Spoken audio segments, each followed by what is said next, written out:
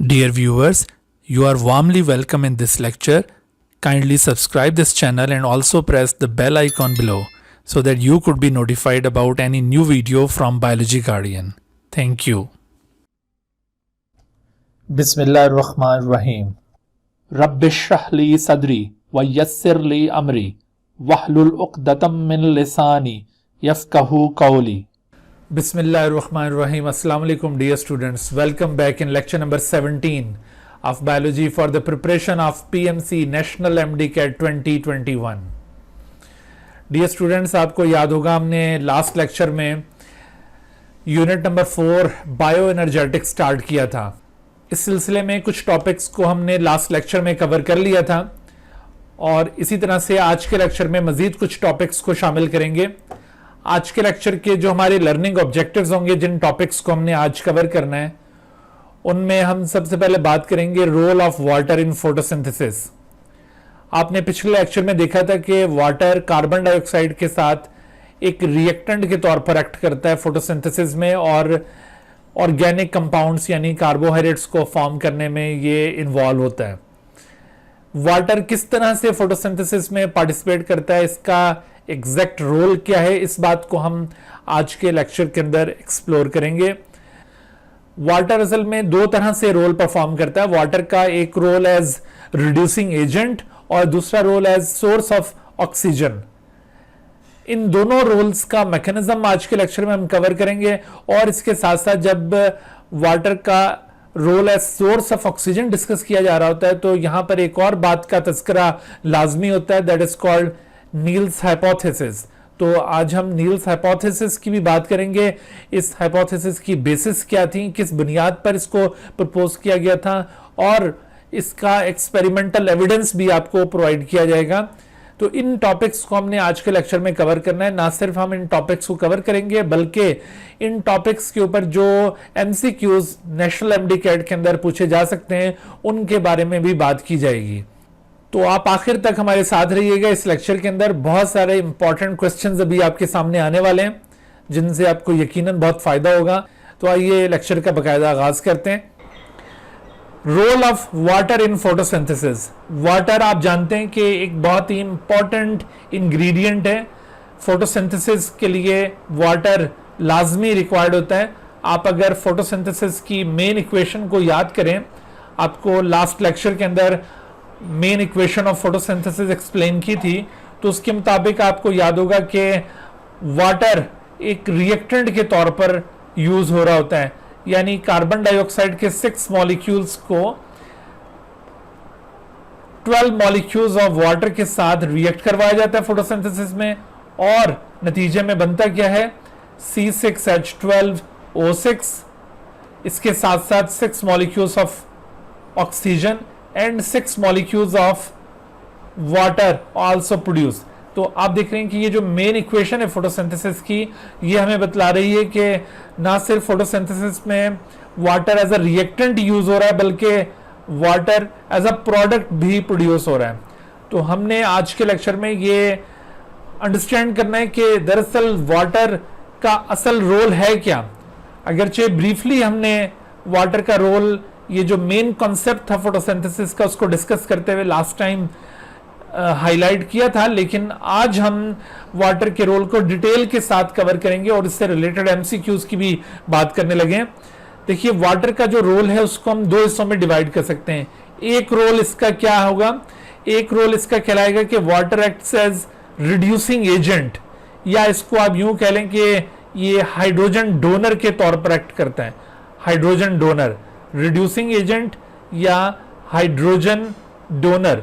तो ये reducing agent है या हाइड्रोजन डोनर के तौर पर एक्ट करने वाला एक मॉलिक्यूल है. और इस रिड्यूसिंग एजेंट या हाइड्रोजन डोनर का मोड ऑफ एक्शन क्या है, यानी वाटर अपना ये रोल किस तरह से परफॉर्म करता है. तो दरअसल देखिए, वाटर का ये रोल लाइट रिएक्शन में हमें देखने को नजर आएगा. वाटर की इन्वॉल्वमेंट बुनियादी तौर पर लाइट रिएक्शन में होती है. आप जानते हैं फोटोसिंथेसिस को दो मेन फेजेस में डिवाइड किया जा सकता है. एक को कहा जाता है लाइट डिपेंडेंट फेज या लाइट रिएक्शन और दूसरे को लाइट इंडिपेंडेंट फेज या डार्क रिएक्शन कहा जाता है. और वाटर की इन्वॉल्वमेंट फोटोसिंथेसिस में दरअसल लाइट डिपेंडेंट फेज में होती है। तो light dependent phase which is also called as light reaction.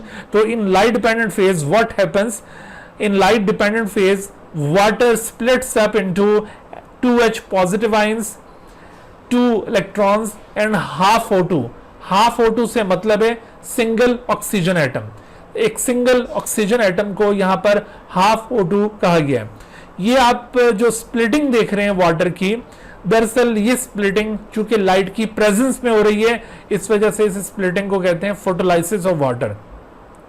लेकिन यहां पर थोड़ा सा समझने की जरूरत है। बाज बच्चे ये समझते हैं शायद लाइट डायरेक्टली वाटर के ऊपर स्ट्राइक करती है और उसकी वजह से ये फोटोलाइसिस हो रहा है। तो ऐसा हरगिज नहीं है।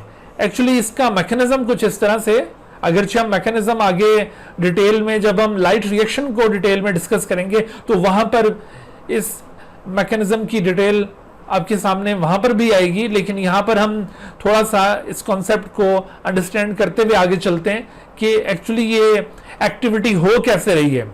देखो, होता यह है कि प्लांट बॉडी के अंदर लाइट एब्जॉर्ब करने के लिए जो चीज प्रेजेंट है वो है पिगमेंट्स। यूं पिगमेंट्स क्लस्टर की फॉर्म में प्लांट बॉडी के अंदर मौजूद होते हैं और ये पिगमेंट्स का क्लस्टर जैसे आमतौर पर फोटोसिस्टम कहा जाता है, अभी आगे चलकर हम इसको एक्सप्लेन करेंगे, इसे आमतौर पर कहा जाता है फोटोसिस्टम। तो ये जो फोटोसिस्टम है, क्लस्टर ऑफ पिगमेंट, ये लाइट एब्जॉर्ब करता है। बेसिकली लाइट की एब्जॉर्प्शन इसके अंदर होगी। लाइट जब ये एब्जॉर्ब कर लेता है सन से, तो लाइट एब्जॉर्प्शन के नतीजे में यहां पर क्या होने वाला है, अभी आपको लाइट एनर्जी का भी रोल आगे एक्सप्लेन करते हैं, उसमें इस बात को हम काफी डिटेल में लेकर जाएंगे। तो बस आप सिंपली ये याद रखिए कि whenever photosystem absorbs light, तो इसके इलेक्ट्रॉन्स एक्साइट हो जाते हैं and those excited electrons begin to flow. यहां से वो जो एक्साइटेड इलेक्ट्रॉन्स हैं वो यहां से फ्लो करना शुरू कर देंगे, और जैसे ही वो इलेक्ट्रॉन्स एक्साइट होने के बाद due to the absorption of energy, वो इलेक्ट्रॉन्स एक्साइट होने के बाद जैसे ही फोटोसिस्टम को छोड़ते हैं, तो ऐसी सूरत में ये जो फोटोसिस्टम है which is a cluster of pigments, it becomes oxidize. ये क्या हो जाएगा, ये ऑक्सीडाइज हो जाएगा। It becomes oxidized. दोबारा सुन लीजिए कि कौन ऑक्सीडाइज हो रहा है। ऑक्सीडाइज हो रहा है एक्चुअली फोटोसिस्टम, या दूसरे लफ्जों में पिगमेंट्स, या फिर इन स्पेसिफिकली बात की जाए तो क्लोरोफिल, क्योंकि जाहिर है कि इन पिगमेंट्स में जो मेन पिगमेंट है वो क्लोरोफिल है। तो क्लोरोफिल की ऑक्सीडेशन हो रही है, या फिर पिगमेंट्स की ऑक्सीडेशन हो रही है, या फिर फोटोसिस्टम की ऑक्सीडेशन हो रही है, एक ही बात है। ठीक है, तो बहरहाल जैसे ही लाइट एब्जॉर्ब होगी तो फोटोसिस्टम ऑक्सीडाइज हो जाएगा, और जैसे ही ऑक्सीडाइज होता है, ऑक्सीडाइज होने का मतलब याद रहे, ऑक्सीडाइज होने का मतलब है कि रिमूवल ऑफ इलेक्ट्रॉन, इसमें से इलेक्ट्रॉन रिमूव हो गए। तो जैसे ही ऑक्सीडाइज हुआ, तो जो चीज खुद ऑक्सीडाइज हो जाए, अब वो किसी दूसरे को भी ऑक्सीडाइज करने की सलाहियत रखती है। यानी photosystem after being oxidize, now it becomes highly oxidizing agent. ठीक है, ये खुद ऑक्सीडाइज हो चुका है और अब ये क्या बन गया है, now it becomes oxidizing agent. ये एक्चुअली एक स्ट्रॉन्ग ऑक्सीडाइजिंग एजेंट बन गया है, स्ट्रॉन्ग ऑक्सीडाइजिंग एजेंट। ये बात जहन में रखिएगा कि जो मॉलिक्यूल खुद ऑक्सीडाइज हो जाए, अपना इलेक्ट्रॉन लूज कर दे, तो असल में अब उसके अंदर ये सलाहियत मौजूद होती है कि वो किसी दूसरे से इलेक्ट्रॉन को गेन करके खुद रिड्यूस हो जाएगा और दूसरे को वो ऑक्सीडाइज कर देगा। तो इस पिगमेंट के अंदर भी, इस फोटोसिस्टम के अंदर भी अब ये एबिलिटी आ गई है कि लाइट एब्जॉर्ब करने की वजह से इसने चूंकि अपने इलेक्ट्रॉन्स को लूज किया है, तो इलेक्ट्रॉन लूज करने से ये खुद तो ऑक्सीडाइज हो गया है, लेकिन साथ साथ ये ऑक्सीडाइजिंग एजेंट भी बन गया है। तो ये स्ट्रॉन्ग ऑक्सीडाइजिंग एजेंट के तौर पर अब ये एक्ट करेगा, और ये स्ट्रॉन्ग ऑक्सीडाइजिंग एजेंट, इसका सामना हो जाता है इस वाटर के साथ। यहां पर वाटर इस पिगमेंट के साथ यानी फोटोसिस्टम के साथ रिएक्ट कर बैठता है इस हालत में, और चूंकि फोटोसिस्टम ऑलरेडी अपने इलेक्ट्रॉन लूज करके स्ट्रॉन्ग ऑक्सीडाइजिंग एजेंट बन चुका है, तो जैसे ही वाटर फोटोसिस्टम से रिएक्ट करेगा या पिगमेंट से रिएक्ट करेगा, तो ऐसी सूरत में वाटर पाश पाश हो जाएगा, रेजा रेजा हो जाएगा, यानी ये इस तरह से स्प्लिट कर जाएगा into 2H+ ions, 2 electrons and half O2। Half O2 का मतलब जैसे मैंने बताया कि सिंगल ऑक्सीजन एटम। वो क्यों सिंगल ऑक्सीजन एटम, क्यों?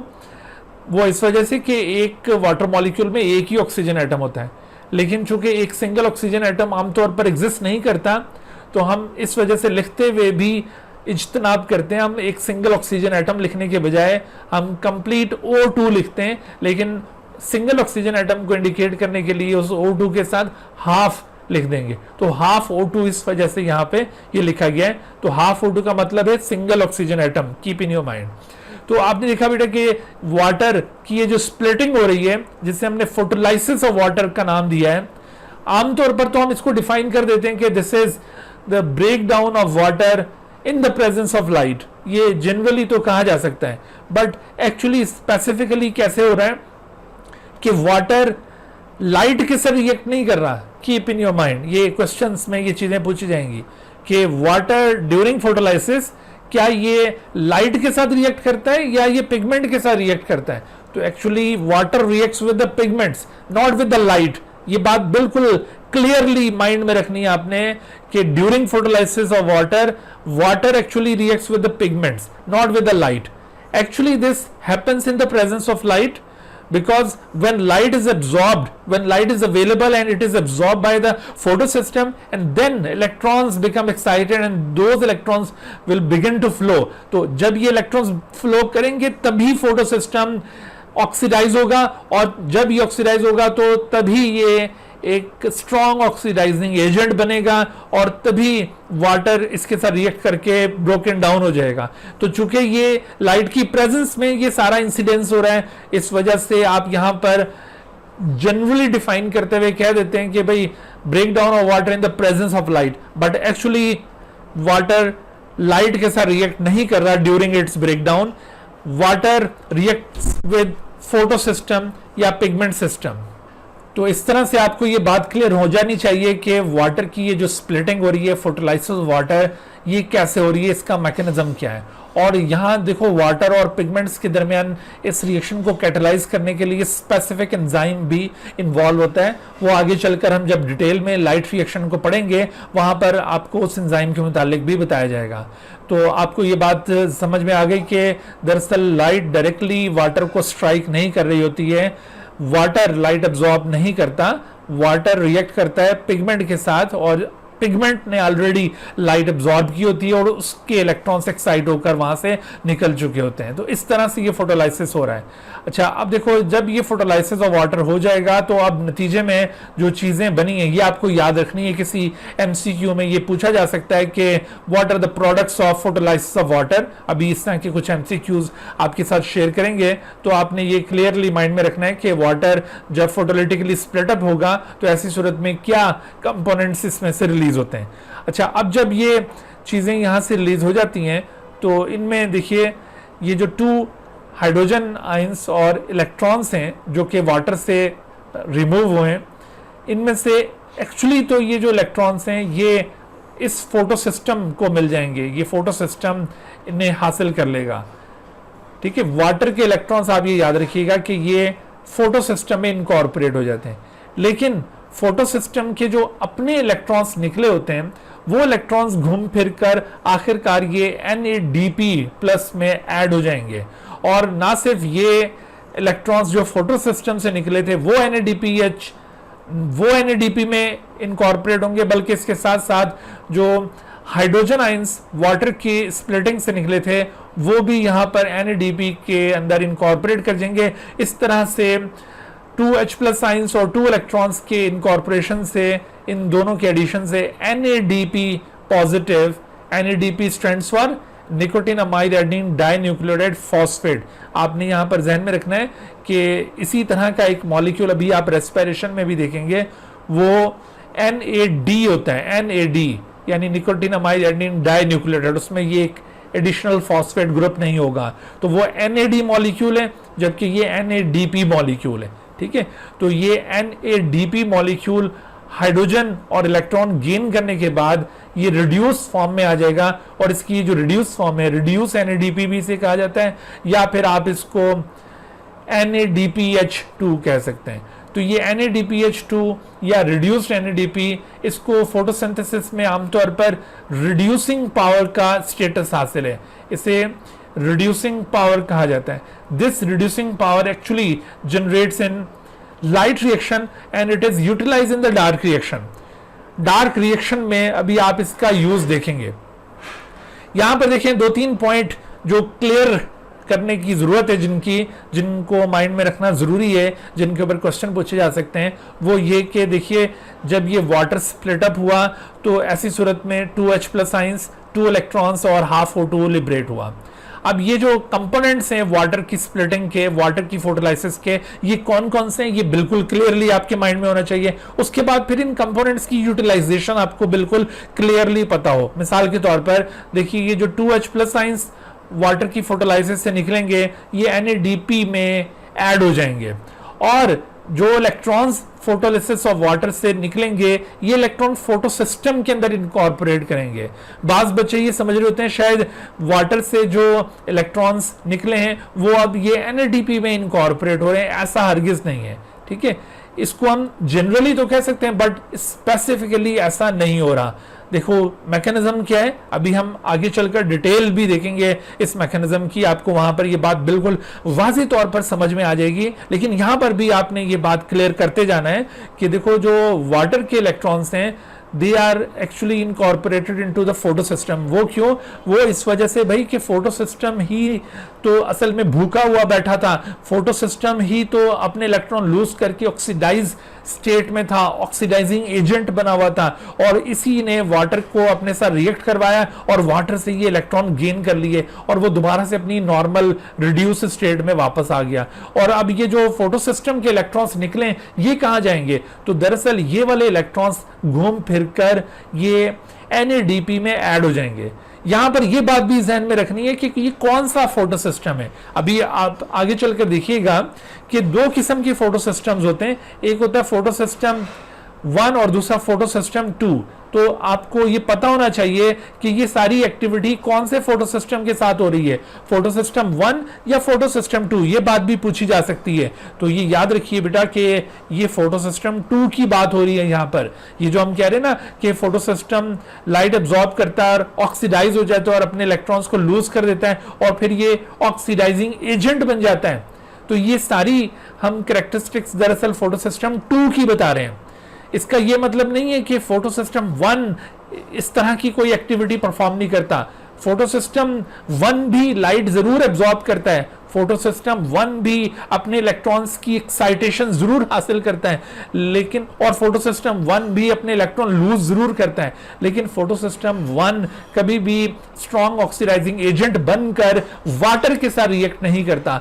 वाटर के साथ रिएक्शन दरअसल ये इसी फोटो सिस्टम 2 का होना है. तो आपने यहां पर ये फोटो सिस्टम 2 को भी यहां पर याद रखना है कि water actually reacts with the photo system 2 during photolysis of water. ये बात भी पूछी जा सकती है. और इसी तरह से अब ये जो कंपोनेंट्स हैं वाटर के, इनकी यूटिलाइजेशन कैसे कि 2H+ आयंस ये तो NADP को रिड्यूस करने के लिए इस्तेमाल होंगे, और इसके साथ साथ जो 2 इलेक्ट्रॉन्स हैं ये फोटो सिस्टम के अंदर इनकॉर्पोरेट हो गए. तो अब बताइए कि ये इलेक्ट्रॉन्स जो कि NADP के अंदर ऐड हो रहे हैं, ये कहां से आ रहे हैं, इनका सोर्स क्या है? तो जैसे मैंने बताया था कि इनका सोर्स दरअसल फोटो सिस्टम है. तो ये फोटो सिस्टम से जो इलेक्ट्रॉन्स निकले थे, ये वो इलेक्ट्रॉन्स हैं. अच्छा, यहां पर एक और बड़ी इंटरेस्टिंग बात है कि ये इलेक्ट्रॉन कौन से फोटो सिस्टम के हैं? क्या ये फोटो सिस्टम 2 के इलेक्ट्रॉन्स हैं या फोटो सिस्टम 1 के इलेक्ट्रॉन है? तो दरअसल ये फोटो सिस्टम 1 के इलेक्ट्रॉन है. ये कहां से आए? From photo system 1. Photo system 1 से ये इलेक्ट्रॉन है. आप परेशान होंगे कि ये कैसे भाई, यहां से फोटो सिस्टम 2 की बात हो रही थी और फिर अब हम यहां पर ये कह रहे हैं कि ये इलेक्ट्रॉन फोटो सिस्टम 1 से आ रहे हैं. तो ये क्या चक्कर है? दरअसल बेटे होता ये है कि ये जो फोटो सिस्टम 2 है, फोटो सिस्टम 2 से जो इलेक्ट्रॉन्स ये निकल रहे हैं, ये वाले इलेक्ट्रॉन फोटो सिस्टम 2 से निकलते हुए नजर आ रहे हैं. तो ये इलेक्ट्रॉन्स दरअसल फोटो सिस्टम 1 के अंदर इनकॉर्पोरेट कर जाएंगे, ये फोटो सिस्टम 1 में चले जाएंगे. अभी आगे चलकर पूरा जब मैकेनिज्म में आपको एक्सप्लेन करूंगा कि मैकेनिज्म ऑफ लाइट रिएक्शन क्या है, वहां पर आपको ये बात वाज़ेह तौर पर समझ में आ जाएगी. ठीक है, तो ये यहां पर मैंने साथ साथ इस वजह से बताना शुरू कर दिया क्योंकि हम वाटर का रोल अभी डिस्कस करें, तो जब वाटर का रोल डिस्कस किया जाएगा तो ये वाली बातें सामने जरूर आएंगी। तो आपने ये जरा गौर से बात समझनी है कि देखो फोटो सिस्टम 2 लाइट अब्सॉर्ब करके अपने इलेक्ट्रॉन लूज करने के बाद, ये दरअसल फोटो सिस्टम 2 है, और ये लाइट अब्सॉर्ब करने और अपने इलेक्ट्रॉन्स लूज करने के बाद जब ये स्ट्रॉन्ग ऑक्सीडाइजिंग एजेंट बन जाता है तो water actually reacts with this, water इसके साथ रिएक्ट कर रहा है और इसके रिजल्ट में ये चीजें इसमें से लिबरेट हो रही हैं। अब इन चीजों की यूटिलाइजेशन क्या हुई कि 2H प्लस आइंस तो NADP के साथ ऐड होंगे, लेकिन 2 इलेक्ट्रॉन्स जो फोटोलिसिस और वाटर से निकले वो फोटो सिस्टम 2 के अंदर इनकॉर्पोरेट हो गए। कहां पर? फोटो सिस्टम 2 में। और जबकि फोटो सिस्टम 2 के जो इलेक्ट्रॉन्स है वो कहां गए?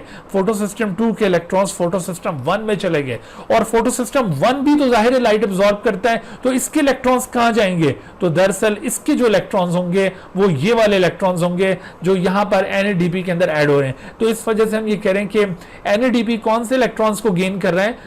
Those which are liberated from photo system 1। और जबकि फोटो सिस्टम 2 कौन से इलेक्ट्रॉन्स को गेन कर रहे हैं? Those which are liberated by the photolysis of water. ठीक है, तो इस तरह से ये सारी एक्टिविटी परफॉर्म हो रही है। बहरहाल जैसे आपने यहाँ पर लाइट डिपेंडेंट फेज में एक इवेंट ये फोटोलाइसिस ऑफ वाटर देखा है, और ये जो दूसरा इवेंट हमने यहाँ पे अभी एक्सप्लेन किया है, इस इवेंट को नाम दिया जाता है रिडक्शन ऑफ NADP। तो ये दोनों दरअसल लाइट रिएक्शन के इवेंट्स हैं। इनकी ज्यादा डिटेल अभी आगे चलकर हम नेक्स्ट लेक्चर में पढ़ेंगे, जब हम लाइट रिएक्शन का मैकेनिज्म डिटेल के साथ पढ़ेंगे। तो आपने घबराना नहीं है बिल्कुल भी, वहां पर ये बात दोबारा हम हाईलाइट करेंगे और ये कॉन्सेप्ट और ज्यादा वाजे हो जाएंगे। चलें, तो ये फोटोलाइसिस ऑफ वाटर और रिडक्शन ऑफ NADP, इन दोनों इवेंट्स के जरिए आपने ये मुलाहिजा किया कि वाटर रिड्यूसिंग एजेंट के तौर पर एक्ट कर रहा है। ठीक है, तो water acts as reducing agent, तो ये एक इसका रोल था वाटर का, और इसका आपने मैकेनिज्म देखा कि how water acts as reducing agent, तो उसके अंदर ये आपने मैकेनिज्म ऑब्जर्व किया कि how it acts as reducing agent.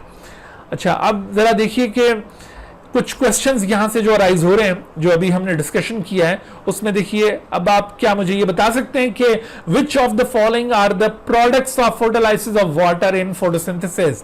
अभी हमने जिक्र किया था कि आपने ये products of photolysis of water जरूर याद रखनी है। तो अब आप देखिए कि ए ऑप्शन है 2H plus ions 2 electrons and half O2, और फिर देखिए बी ऑप्शन में है H प्लस आइन इलेक्ट्रॉन एंड O2, और फिर इसी तरह से फिर H प्लस आइन और OH नेगेटिव आइन, और 2H plus ions 2 electron and O2 complete.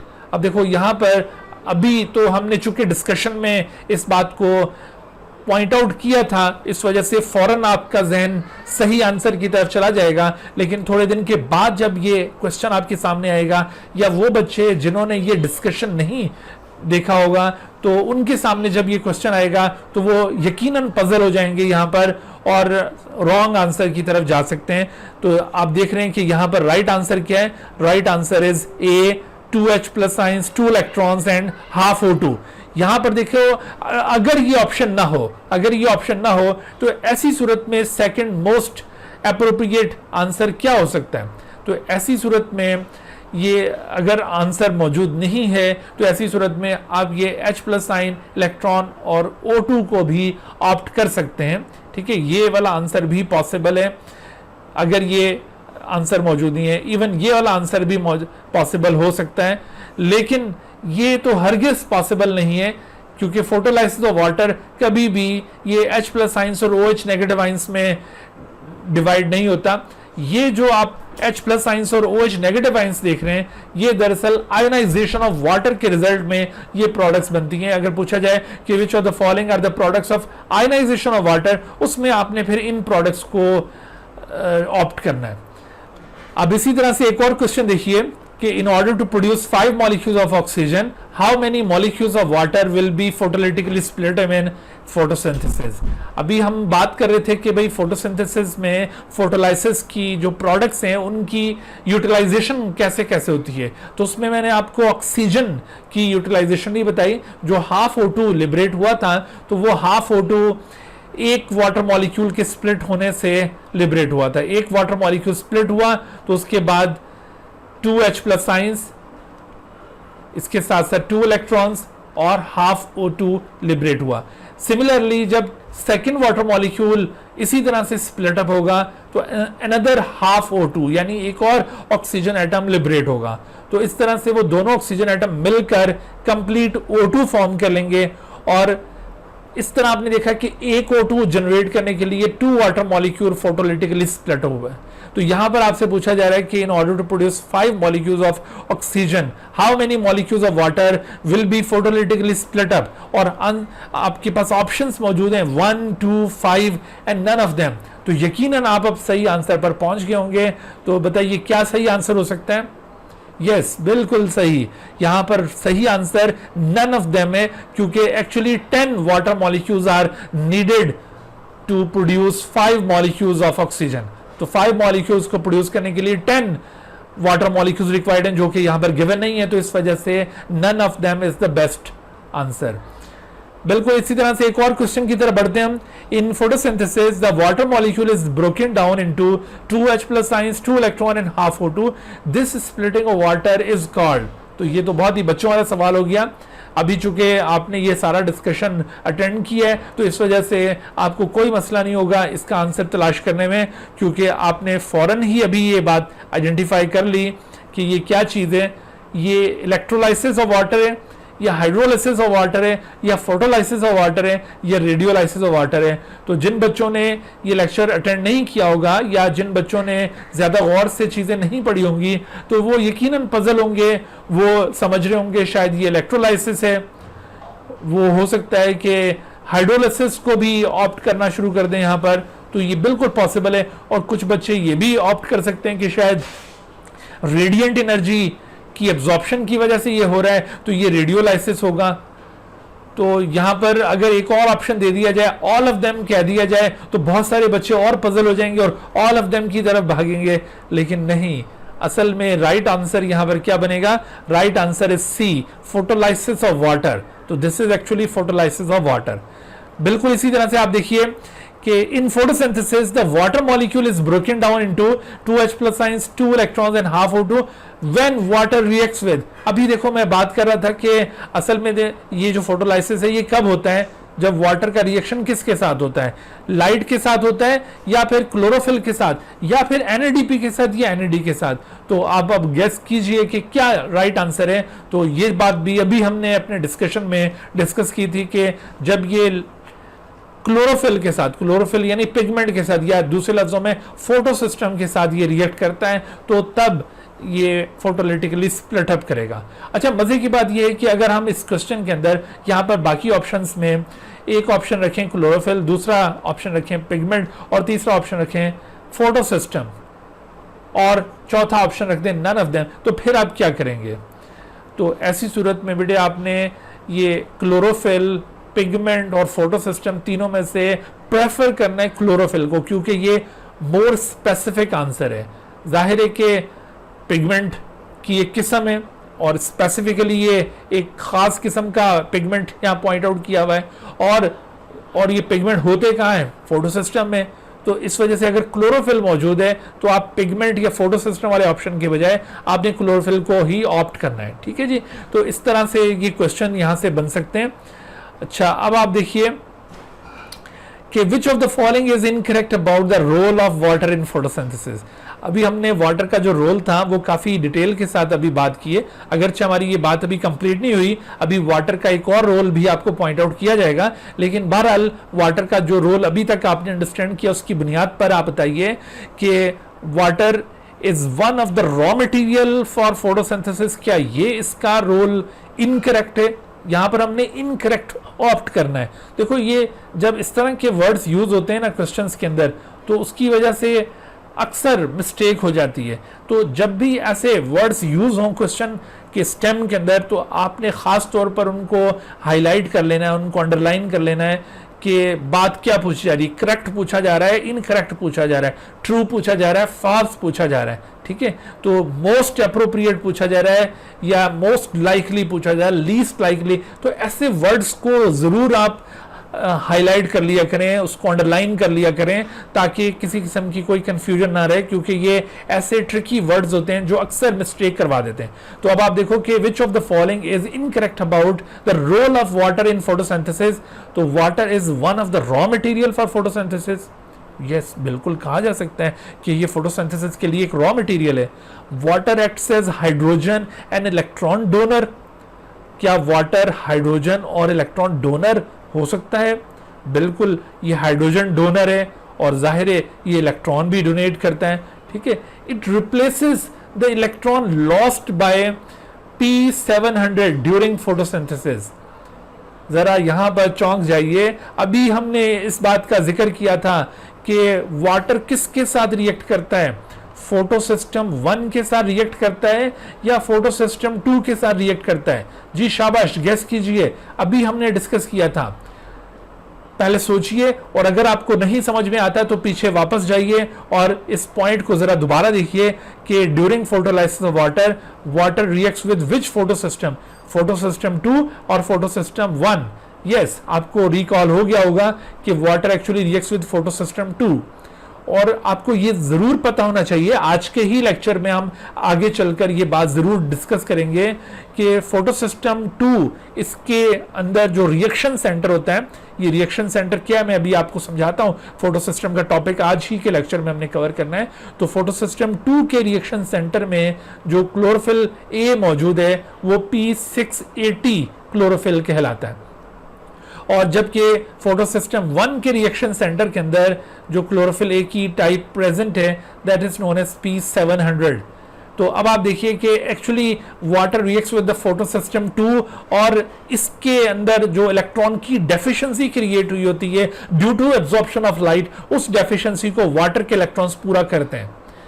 Photo system 1 के इलेक्ट्रॉन डेफिशिएंसी को पूरा करने के लिए फोटो सिस्टम 2 के इलेक्ट्रॉन्स यहां पर यूज होंगे, यानी यहां से इलेक्ट्रॉन्स इधर इनकॉर्पोरेट करते हैं, जबकि वाटर के जो इलेक्ट्रॉन्स हैं वो यहां इनकॉर्पोरेट करते हैं। ठीक है, तो अब आप देखो जो ये पॉइंट दिया हुआ है कि इट रिप्लेसेस, वाटर की बात हो रही है, it replaces the electrons lost by P700 during photosynthesis. No, ये इनकरेक्ट है। Actually water replaces the electrons lost by P680। अगर यहां पे P680 होता तो ये ट्रू स्टेटमेंट हो जाती, इस वक्त ये इनकरेक्ट है और यही आंसर होना चाहिए। पर आप नेक्स्ट पॉइंट भी देख लीजिए कि the electrons released from water are used to reduce the oxidised chlorophyll a. ठीक है, तो ऑक्सीडाइज क्लोरोफिल ए को रिड्यूस करने में इस्तेमाल होते हैं। यहां पर क्लोरोफिल ए की टाइप मेंशन नहीं है, इन जनरल बात हो रही है। क्लोरोफिल ए को रिड्यूस करने के लिए इसके इलेक्ट्रॉन्स यूटिलाइज होते हैं, ये बात बिल्कुल फैक्ट है। अगर यहां पर भी क्लोरोफिल ए की कोई टाइप मेंशन कर दी जाती, मिसाल के तौर पर यहां पर भी अगर P700 मेंशन कर दिया जाता तो फिर ये इनकरेक्ट हो जाती स्टेटमेंट। लेकिन यहां पर चूंकि ये टाइप मेंशन नहीं है तो इस वजह से इन जनरल ये बात ट्रू मानी जाएगी। तो यहां पर देखो राइट आंसर क्या बना, इनकरेक्ट स्टेटमेंट क्या हुई, इनकरेक्ट स्टेटमेंट ये सी आंसर है कि it replaces the electron loss by P700 during photosynthesis. ठीक है बच्चों, तो आपने देखा कि यहां से जो क्वेश्चंस अराइज होते हैं और बड़े ही टेक्निकल किस्म के ये क्वेश्चंस हैं, जो बच्चे ज्यादा डिटेल के साथ इस टॉपिक को नहीं पढ़ेंगे तो वो यहां पर मार खा जाएंगे। अब बज़ाहिर आपको बुक के अंदर पढ़ते हुए ये एक छोटा सा टॉपिक नजर आ रहा था और हमने कितनी ही देर लगा दी है इस टॉपिक को समझने के लिए। अच्छा, अब आप आगे बढ़ते हैं तो यहां पर एक और क्वेश्चन आपके सामने आ गया। देखिए कि in photosynthesis of higher plants the oxygen which is produced by photolysis of water is. अब यहां पर ऑक्सीजन की फेट की बात हो रही है कि जो ऑक्सीजन फोटोलाइसिस ऑफ वाटर से निकलती है वो कहां जाती है जी। तो बताओ कि again reduce to water in the dark reaction, क्या ये वाटर के अंदर रिड्यूस हो जाएगी, यानी इसके अंदर हाइड्रोजन ऐड हो जाए और ये दोबारा से रिड्यूस फॉर्म में कन्वर्ट हो जाए, क्योंकि ऑक्सीजन की जो रिड्यूस फॉर्म है वो वाटर है। तो क्या ये दोबारा वाटर में कन्वर्ट हो जाती है ऑक्सीजन डार्क रिएक्शन में, ये कहना चाह रहा है। और फिर देखो यूज टू प्रोड्यूस ग्लूकोज, क्या ये ऑक्सीजन ग्लूकोज बनाने में इस्तेमाल होती है, या एब्जॉर्ब्ड बाय क्लोरोफिल, या फिर रिलीज्ड इन एटमॉस्फेयर। तो यकीनन जो बच्चे ये बड़े गौर से सारा लेक्चर देख रहे हैं तो वो सही आंसर तक यकीनन पहुंच गए होंगे। राइट आंसर यहां पर क्या होगा, right answer is released in atmosphere. ना तो ये वाटर के अंदर दोबारा से ये रिड्यूस होगी, वाटर में कन्वर्ट होगी, ना ही ये ग्लूकोज में बनाने में इस्तेमाल होगी, ना ही ये ऑक्सीजन ये क्लोरोफिल बनाने में इस्तेमाल होगी। ठीक है, ये ऑक्सीजन जो वाटर से लिबरेट होगी वो एटमॉस्फेयर में चली जाएगी।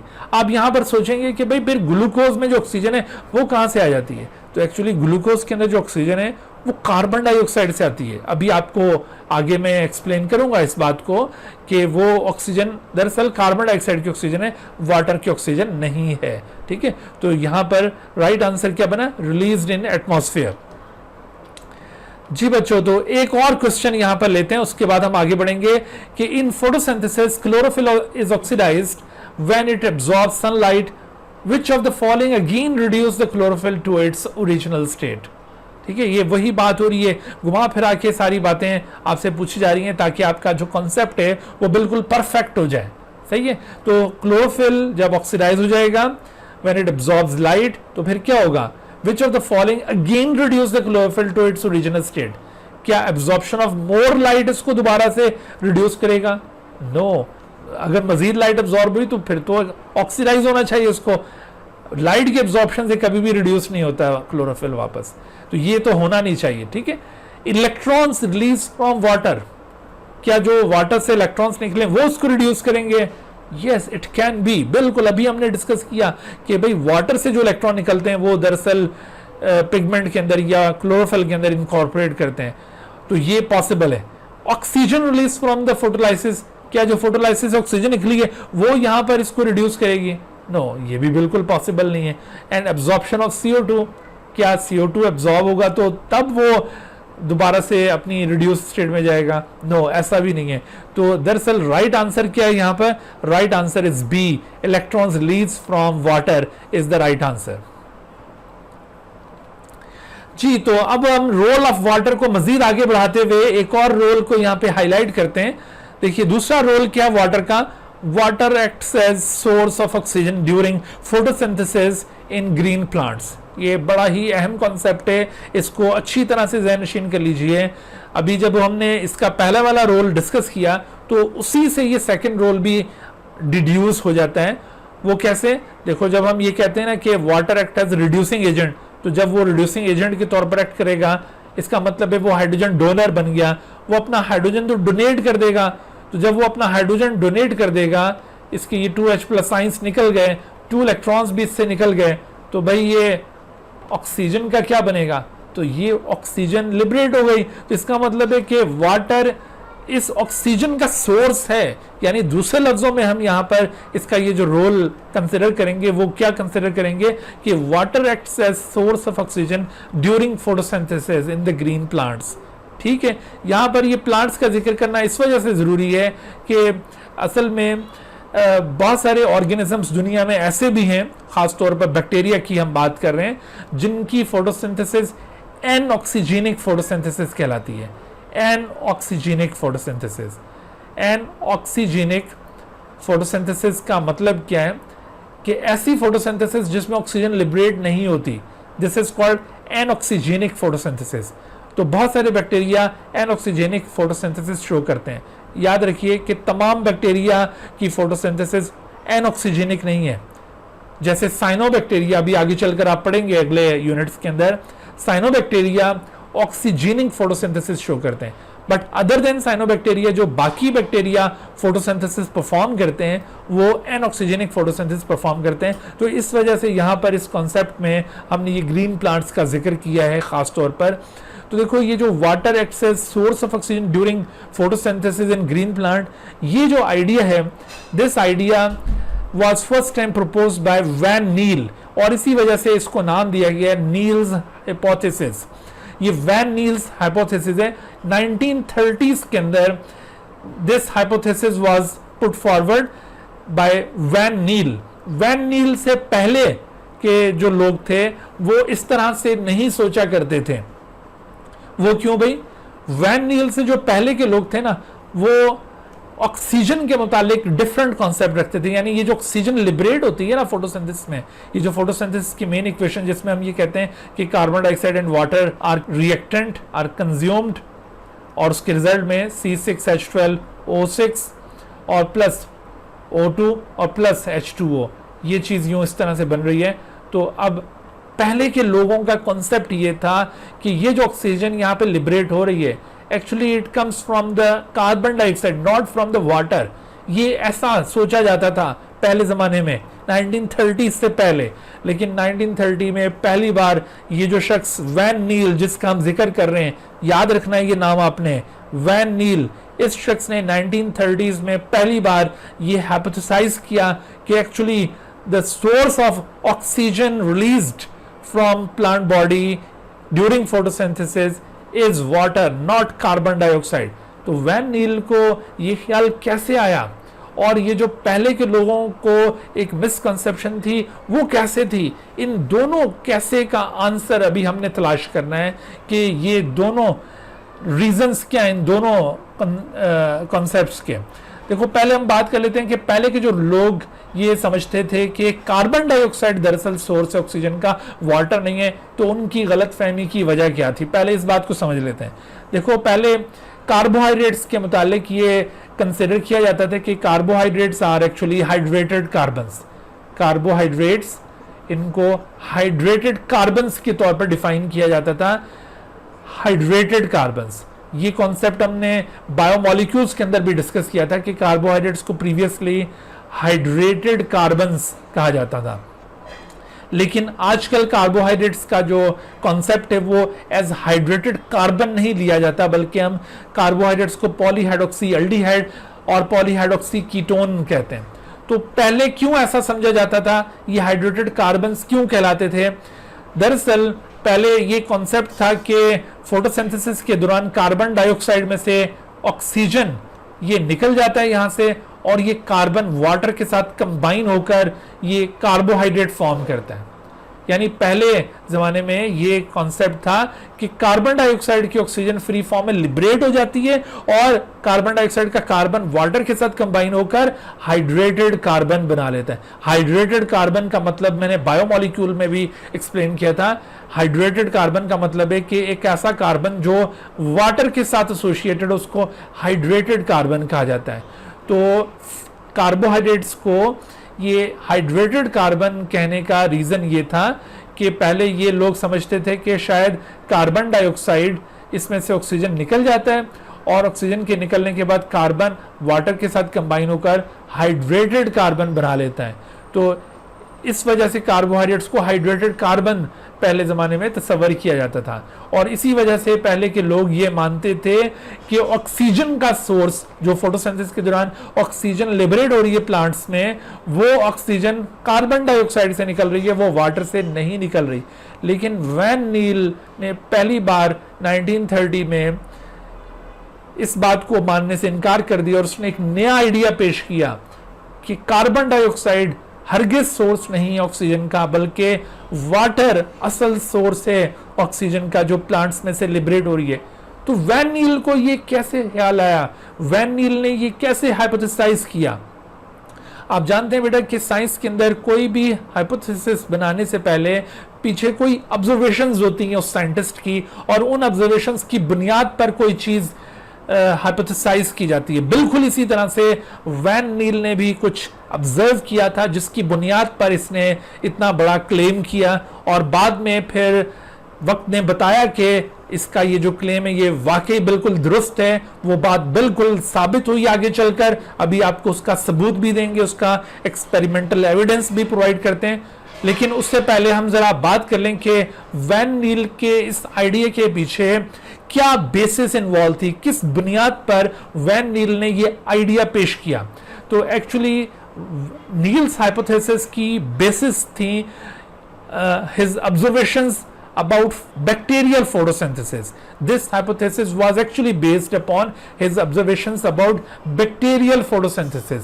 इसने असल में बैक्टीरिया के फोटोसिंथेसिस को जब स्टडी किया तो ड्यूरिंग दो स्टडी इसने ये रियलाइज किया कि बैक्टीरियल फोटोसिंथेसिस और प्लांट फोटोसिंथेसिस में देयर इज अ डिफरेंस, और उस डिफरेंस की वजह से उसको ये बात समझ में आई। देखो इसने ये ऑब्जर्व किया कि बैक्टीरिया कार्बन डाइऑक्साइड तो यूज करते हैं, कार्बोहाइड्रेट बनाने के लिए, लेकिन कार्बन डाइऑक्साइड को रिड्यूस करने के लिए ये H2S का इस्तेमाल करते हैं बजाय ऑक्सीजन, बजाय वाटर के। जिस तरह से कि आपको ग्रीन प्लांट्स में वाटर यहां पर यूज होता हुआ नजर आ रहा होता है, तो इसने देखा कि बैक्टीरिया कार्बन डाइऑक्साइड को रिड्यूस करने के लिए चूंकि H2S यूज कर रहे हैं, और दूसरी तरफ प्लांट्स यहां पर इस जगह पर H2O यूज कर रहे होते हैं, ठीक है।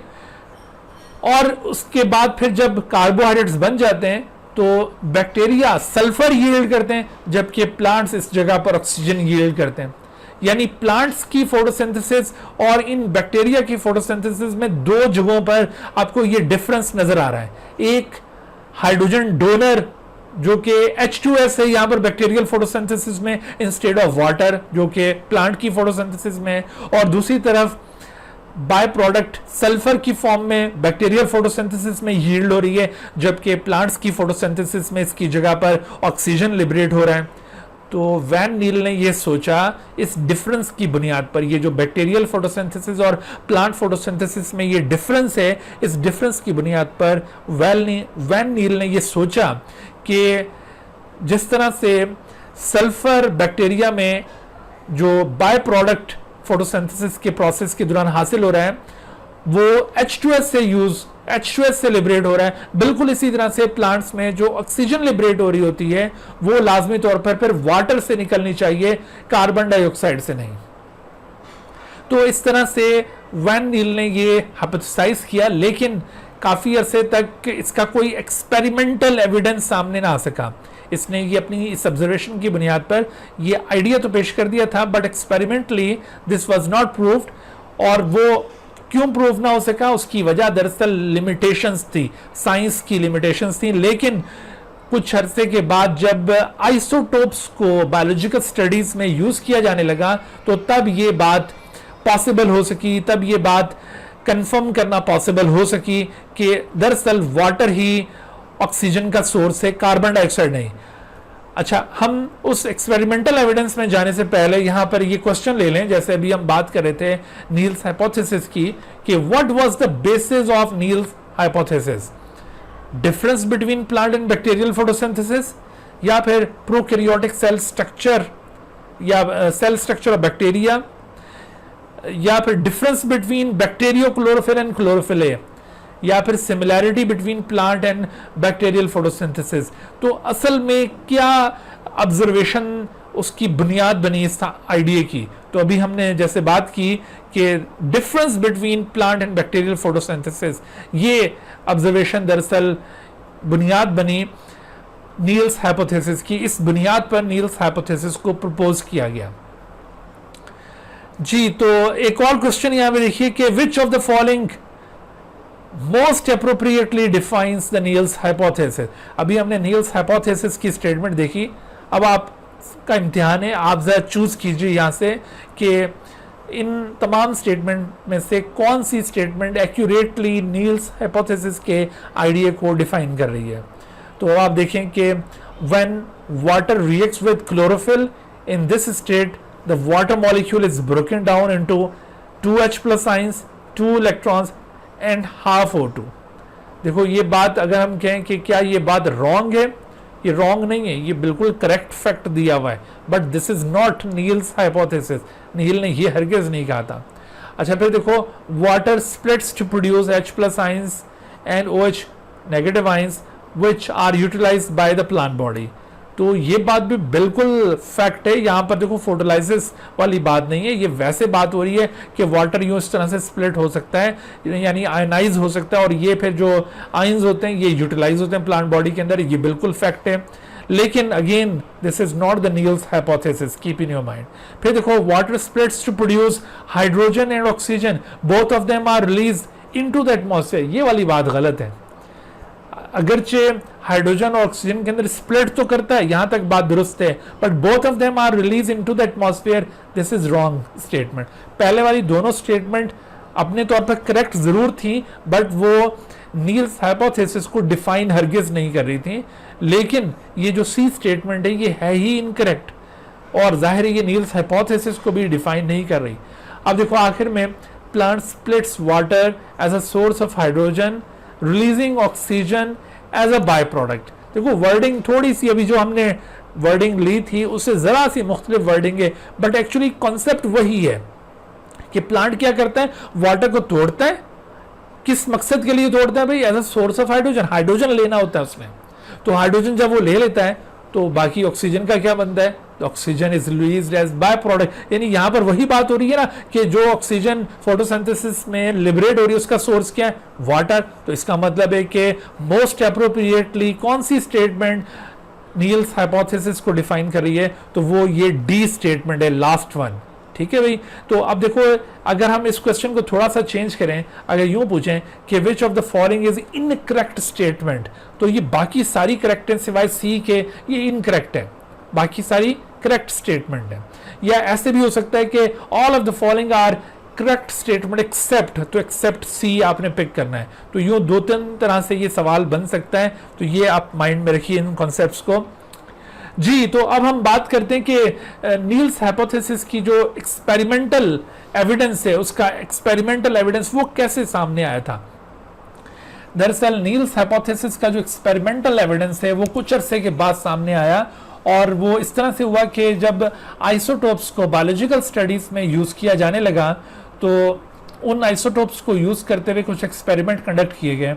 जैसे यहाँ पर आपको एक एक्सपेरिमेंट दिखाया, इसके अंदर ग्रुप लिया प्लांट्स का, इसको हम ग्रुप 1 प्लांट्स कह सकते हैं, ग्रुप 1 प्लांट्स। तो इस ग्रुप 1 प्लांट्स को आप देख रहे हैं जो रिएक्टेंट्स प्रोवाइड किए गए हैं, इन रिएक्टेंट्स में कार्बन डाइऑक्साइड में जो ऑक्सीजन है वो आइसोटोपिक ऑक्सीजन है। देखो वैसे तो आमतौर पर ऑक्सीजन 16 आपने पढ़ा होगा ना, ऑक्सीजन 16, इसका जो एटॉमिक मास है वो 16 होता है, ऑक्सीजन 16। अच्छा, दूसरी ऑक्सीजन है ऑक्सीजन 18, ये थोड़ा सा हैवी ऑक्सीजन है। ये कौन सा O2 है? ये 18 मॉलिक्यूलर मास, एटॉमिक मास रखने वाला ये ऑक्सीजन है, ये एक आइसोटोपिक ऑक्सीजन है। तो यहाँ पर ये आइसोटोपिक ऑक्सीजन यूज करते हुए कार्बन डाइऑक्साइड को प्रिपेयर किया गया है। तो इस तरह का isotopic carbon dioxide along with normal water है। यहाँ वाटर के अंदर जो ऑक्सीजन है वो ऑक्सीजन 16 है नॉर्मल, जबकि कार्बन डाइऑक्साइड में जो ऑक्सीजन यूज की गई है वो दरअसल आइसोटोपिक है। Similarly in the second experiment in which another group of plants were used, तो ये ग्रुप 2 प्लांट्स आपको यहाँ पे दिखाए हैं। तो इन ग्रुप 2 प्लांट्स में आपको जो कार्बन डाइऑक्साइड अब प्रोवाइड करनी है वो नॉर्मल कार्बन डाइऑक्साइड है, जबकि वाटर यहाँ पर जो प्रोवाइड किया जा रहा है वो आइसोटोपिक ऑक्सीजन कंटेनिंग वाटर है। देखो दोनों एक्सपेरिमेंट में डिफरेंस क्या है, यहाँ पर कार्बन डाइऑक्साइड आइसोटोपिक है जिसमें ऑक्सीजन आइसोटोप यूज किया गया है O18, और बिल्कुल इसी तरह से यहां दूसरे एक्सपेरिमेंट के अंदर वाटर आइसोटोपिक ऑक्सीजन कंटेनिंग है। जब इन दोनों एक्सपेरिमेंट्स को कंडक्ट किया गया और इनको फोटोसिंथेसिस के लिए अलाउ किया गया और फोटोसिंथेसिस की प्रोडक्ट्स को कलेक्ट किया गया, तो इत्तेफाक से जो फोटोसिंथेसिस की तीनों प्रोडक्ट्स हैं उनके अंदर ऑक्सीजन मौजूद है।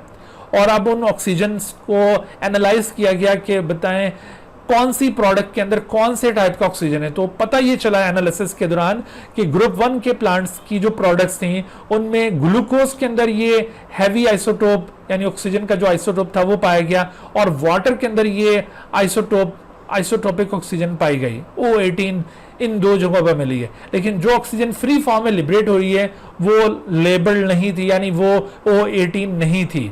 और आप जरा गौर कीजिए कि वो O18 किसका कंपोनेंट था, वो O16 जो फ्री फॉर्म में लिबरेट हो रही है वो किसका कंपोनेंट था, वो वाटर का कंपोनेंट था। कार्बन डाइऑक्साइड की जो ऑक्सीजन है वो तो आपको ग्लूकोज में और वाटर में इनकॉर्पोरेट होते हुए नजर आ रही है। बिल्कुल इसी तरह से आप सेकंड एक्सपेरिमेंट में भी देख सकते हैं कि यहाँ पर अब की दफा जो फ्री फॉर्म में ऑक्सीजन लिबरेट हो रही है वो दरअसल आइसोटोपिक है, और इस एक्सपेरिमेंट में आइसोटोपिक ऑक्सीजन दरअसल वाटर का पार्ट था। तो यहाँ पे भी ये बात वाजे हो रही है। तो इस तरह से एक्सपेरिमेंटली इस बात को साबित करना मुमकिन हो सका कि दरअसल जो ऑक्सीजन लिबरेट हो रही होती है फ्री फॉर्म में वो वाटर से लिबरेट होती है, कार्बन डाइऑक्साइड से लिबरेट नहीं होती। तो ये आइडिया दरअसल नील्स हाइपोथेसिस कहलाता है, और ये इसका एक्सपेरिमेंटल एविडेंस है। अब देखो इस एक्सपेरिमेंटल एविडेंस से हमें कुछ और बातों का आइडिया हुआ है, और वो बातें क्या है, वो है about the fate of isotopic oxygen. बल्कि ना सिर्फ ऑक्सीजन बल्कि जो दूसरे कंपोनेंट्स हैं फोटोसिंथेटिक रिएक्टेंट्स हैं उनका भी आइडिया हो गया। मिसाल के तौर पर देखो फोटोसिंथेटिक रिएक्टेंट्स में कार्बन डाइऑक्साइड और वाटर, ये दो तरह के रिएक्टेंट्स थे। तो कार्बन डाइऑक्साइड का कार्बन आगे प्रोडक्ट्स में कहां पे इनकॉर्पोरेट होगा, तो हमने याद रखना है ग्लूकोज में। देखो ये एरो इंडिकेट कर रहा है कि ये कार्बन डाइऑक्साइड का ये ग्लूकोज में जाके फिक्स हो जाएगा। बिल्कुल इसी तरह से कार्बन डाइऑक्साइड की ऑक्सीजन की फेट क्या होगी, तो कार्बन डाइऑक्साइड में मौजूद ऑक्सीजन दरअसल ग्लूकोज में भी इनकॉर्पोरेट होगा, यानी ग्लूकोज का ऑक्सीजन भी कार्बन डाइऑक्साइड वाला ऑक्सीजन है। और इसके साथ साथ कार्बन डाइऑक्साइड का ऑक्सीजन जो फोटोसिंथेसिस में water as a by product produce हो रहा है उसके अंदर भी ये इनकॉर्पोरेट होता है। तो वाटर में ऑक्सीजन और ग्लूकोज में ऑक्सीजन ये दोनों दरअसल कार्बन डाइऑक्साइड से अराइज हो रहे हैं। दूसरी तरफ आप देखिए कि वाटर के जो इंग्रेडिएंट्स हैं उनकी क्या फेट है। वाटर के अंदर जो हाइड्रोजन है वो ना सिर्फ वाटर के अंदर इनकॉर्पोरेट होगा बल्कि वो ग्लूकोज के अंदर भी इनकॉर्पोरेट होगा। वैसे तो आमतौर पर हम ये कहते हैं कि वाटर का हाइड्रोजन ग्लूकोज बनाने के लिए इस्तेमाल होगा, वो इन जनरल हम कहते हैं, लेकिन आप यहां पर ये क्लियरली ऑब्जर्व कर रहे हैं कि वाटर के हाइड्रोजन की दो फेट्स हैं। ये हाइड्रोजन ना सिर्फ ग्लूकोज बनाने में यूटिलाइज होगा, कार्बोहाइड्रेट्स बनाने में यूटिलाइज होगा, बल्कि वाटर जो जनरेट होता है ड्यूरिंग फोटोसिंथेसिस उसमें भी हाइड्रोजन दरअसल ये वाटर वाला हाइड्रोजन होगा। और जबकि वाटर की ऑक्सीजन ये मुकम्मल तौर पर फ्री फॉर्म में लिबरेट हो जाएगी। तो आपने बेटा ये जो fate of all the atoms in photosynthesis इसको अच्छी तरह से याद रखना है। इसके ऊपर बड़े एमसीक्यूज बन सकते हैं और उनमें अक्सर मिस्टेक हो जाती है। मिसाल के तौर पर आप देखिए इस क्वेश्चन में कि in photosynthesis what is the fate of the oxygen present in CO2, it ends up. अब देखो अब CO2 की ऑक्सीजन का पूछा जा रहा है, तो it ends up as molecular oxygen. पुराना जमाना होता है तो वो लोग यही कहते हैं 1930 से पहले, ठीक है, एज मॉलिक्यूलर ऑक्सीजन, ये वाली ऑक्सीजन नहीं है भाई। In sugar molecule, yes it can be both A and B, no both A and B नहीं हो सकता भाई, मॉलिक्यूलर ऑक्सीजन तो है नहीं, तो इस वजह से बोथ A एंड B नहीं हो सकता। अच्छा, इन sugar molecule and in water, yes ये वाली बात बिल्कुल दुरुस्त है कि वाटर के अंदर भी जो ऑक्सीजन है वो भी कार्बन डाइऑक्साइड से आई है और ये शुगर मॉलिक्यूल की ऑक्सीजन भी दरअसल कार्बन डाइऑक्साइड से आई है। तो ये वाली बात बिल्कुल दुरुस्त है, राइट आंसर यहाँ पर D होगा। अच्छा, बिल्कुल इसी तरह से अब आगे बढ़ते हैं हम।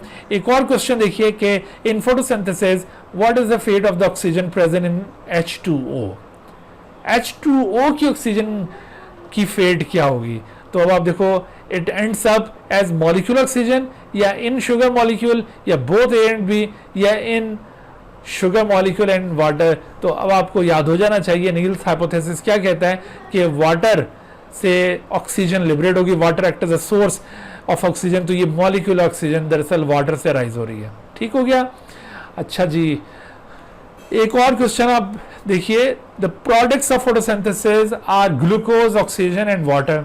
ये तो एक आपको इंफॉर्मेशन प्रोवाइड कर दी है कि ये तीन प्रोडक्ट्स हैं भाई।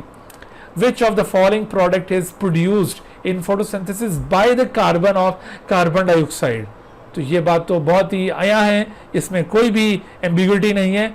ग्लूकोज ही वो प्रोडक्ट है जिसमें ये कार्बन इनकॉर्पोरेट हुआ है। यहाँ पर अक्सर बच्चे ना मिस्टेक कर जाते हैं, वो all of the above choose कर लेते हैं। वो समझते हैं कि शायद ये तीनों जो प्रोडक्ट्स हैं इनको बनाने में कार्बन डाइऑक्साइड इस्तेमाल हुआ है तो इसका कार्बन सब जगहों पर इस्तेमाल हो रहा है। भाई ऑक्सीजन में और वाटर में तो कार्बन होता ही नहीं है, तो इस वजह से राइट आंसर क्या होगा, glucose. Dear viewers, thank you for watching this video. If you have not subscribed this channel, kindly subscribe it and also press the bell icon below so that you could be notified about any new video lecture from Biology Guardian. And also do not hesitate to ask any question regarding this lecture. My contacts are shown on the screen. Thank you once again.